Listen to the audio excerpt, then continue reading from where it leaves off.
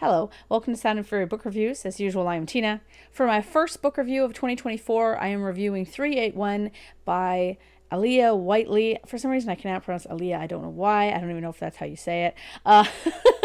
Which is a book coming out January 16th from Solaris. It's a sci-fi book, kind of fantasy. I'm not really sure, actually. It's very genre blending. So, I received this book from NetGalley in exchange for a fair review, just to start off the year with some, arc titles. A decidedly odd and mysterious novel with an interesting framing device, 381 is a ponderous journey with an entrancing point of view. What is this about? In January 2314, Rowena Salvalis, a curator of the vast archive of the 21st century's primitive internet, stumbles upon a story posed in the summer of 2024. She's quickly drawn into the mystery of what it is, an autobiography, a fantasy, or fraud. What's the significance of the recurring number 381? In the story, the protagonist Fairly walks the Horned Road, a quest undertaken by youngsters in her village when they come of age. She is followed by the Breathing Man, a looming presence, dogging her heels every step of the way. Everything she was taught about her world is overturned. Following Fairly's quest, Rowena comes to question her own choices, and a predictable life of curation becomes one of exploration, adventure, and love. As both women's stories draw to a close, she realizes it doesn't matter whether the story is true, or as with the quest itself, it's the journey that matters. I don't know if we really need that last line there. It seems kind of like spoilery, but anyway, I was pleasantly surprised by this novel in that I really, really liked it.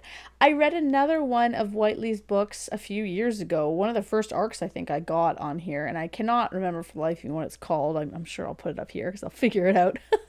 And I thought it was fine, but I didn't love it, but I really, really liked this one.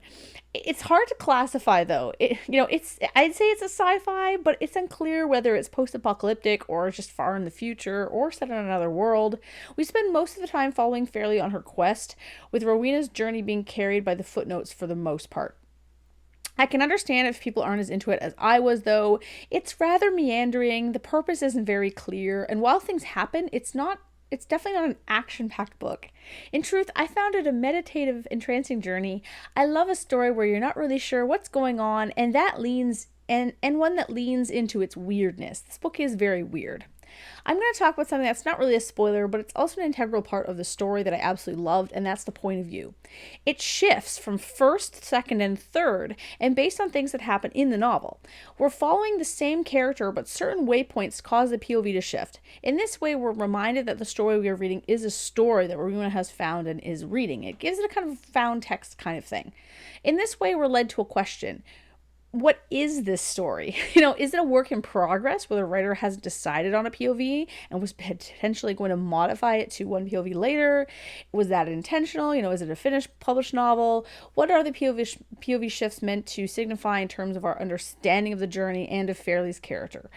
I can't really answer that because I would be like spoiling the story for you, but it's a really interesting, probably the most interesting part about the story, because you're kind of like, why is this happening? I'm very curious. Moving to Fairly, one of the other barriers of entry to this novel is that she isn't very likable. She's rather bland, and while she isn't afraid to strike out on her own, there is a particular scene where she does something I found a bit off-putting. It made me not like her very much.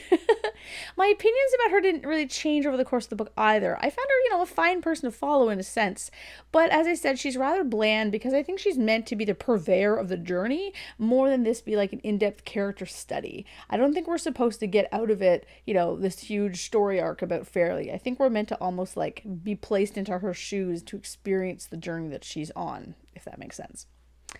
The world building of the novel is very interesting. I am very fond of games like Fallout and Skyrim where you can just wander around wherever you want and discover the odd things along the way. I finally got a new gaming computer. So my computer, it was quite old. It was running a pirated version of Windows 7. And so Steam kept sending me messages being like, you can't use this at the end of the year. So I was like to my husband, it'd be a nice Christmas present, a new gaming computer.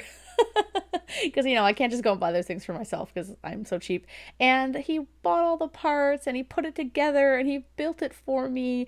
Oh, and now I'm playing Starfield and I'm obsessed with surveying the planets. I don't even care about like the main plot. I just like walking around on the planets finding the weird stuff that are there. This is a very, very long explanation to say that this book felt a bit like that. You know, weird things are coming and there's this anticipation of not knowing what's going to show up next. You know, I really liked that part of the book. Overall, this was a great book to start off the new year with, as it was intriguing, contemplative, and unique. So yeah, I highly recommend it if you want something a bit slow but and odd and kind of interesting in a different way. Thank you again to the publishers for the e-arc. I really appreciate it.